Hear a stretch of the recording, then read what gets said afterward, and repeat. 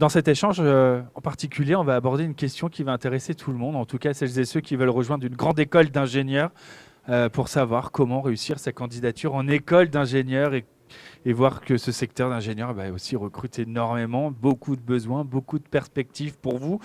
Mais il convient de ne pas rater avant d'entrer dans son école. Pour bien avoir en tête les éléments importants pour réussir son entretien, j'ai le plaisir de recevoir Ophélie Paya. Bonjour. Bonjour. Merci d'être avec nous. Vous êtes responsable communication et marketing du concours Avenir, le concours qui réunit les écoles d'ingénieurs associatifs préférées des terminales sur Parcoursup. Exactement, oui.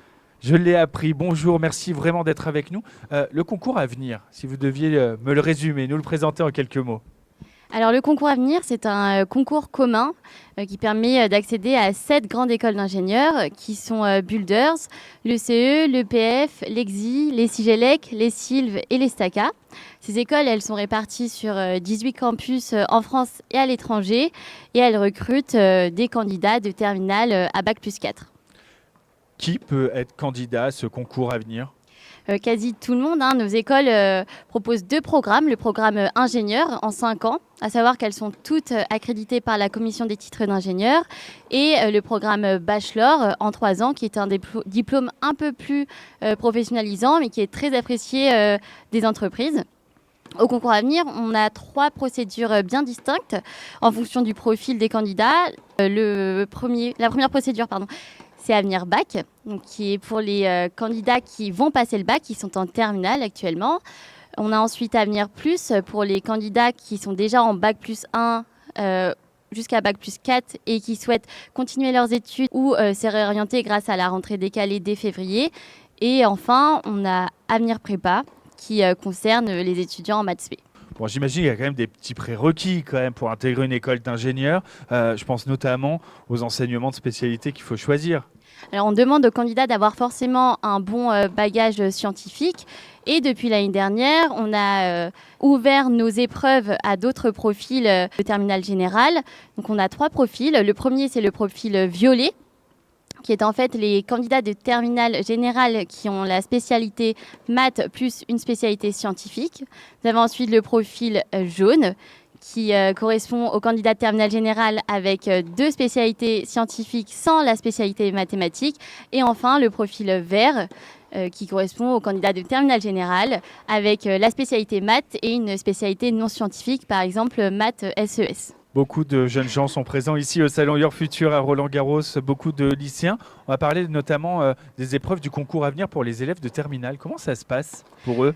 Alors, les élèves de terminale générale devront passer des épreuves écrites qui se dérouleront cette année le samedi 4 mai.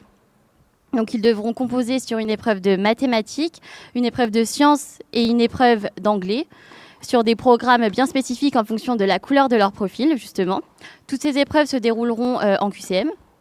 Et pour les candidats de terminale STI 2D, ils devront tous passer un entretien qui se déroulera le 20 avril.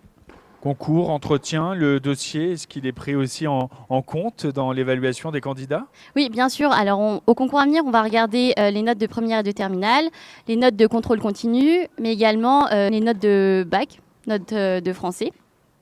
Pour la note finale des terminales générales, ça va peser pour 40% de la note. C'est-à-dire que les épreuves écrites, elles, vont être valorisées à hauteur de 60% pour permettre aux candidats de montrer leurs acquis lors des épreuves écrites. À savoir tout de même que l'année dernière, un candidat a pu remonter plus de 5000 places grâce à ses résultats aux épreuves écrites. Et pour les terminales STI 2D, ça va être à peu près la même chose, mais on va aussi regarder les appréciations. Comment on peut préparer au mieux ces épreuves écrites ? Est-ce qu'on peut s'entraîner en plus que de réviser simplement ? Oui, bien sûr. Alors la première solution, ça va être d'aller évidemment regarder les sujets des années précédentes sur notre site internet concoursavenir.fr. Les candidats pourront y retrouver les sujets, mais également les grilles-réponses pour se familiariser avec les QCM dont ils n'ont pas vraiment l'habitude en terminale.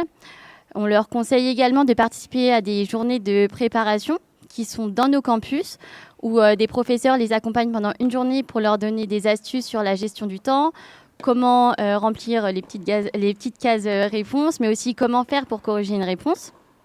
Ils pourront également composer sur des sujets blancs, qui sont créés exclusivement pour ces journées. Et enfin, on a une application mobile qui leur permet de s'entraîner de partout. On vous a promis beaucoup de conseils pendant ces directs, ces émissions depuis Roland-Garros au salon Your Future. Alors Ophélie, si vous aviez un conseil, là, un dernier conseil à partager avec celles et ceux qui veulent tenter ce concours à venir et ne pas rater leur candidature, ce serait quoi ce conseil? Alors, je conseille à tous les futurs candidats de bien évidemment travailler tout au long de l'année le programme pour ne pas être surpris une semaine avant les épreuves écrites, mais surtout d'aller à la rencontre des étudiants ingénieurs lors des journées portes ouvertes pour s'imprégner de l'ADN de chaque école. Merci beaucoup Ophélie d'avoir été avec nous et de nous avoir présenté le concours à venir. Merci.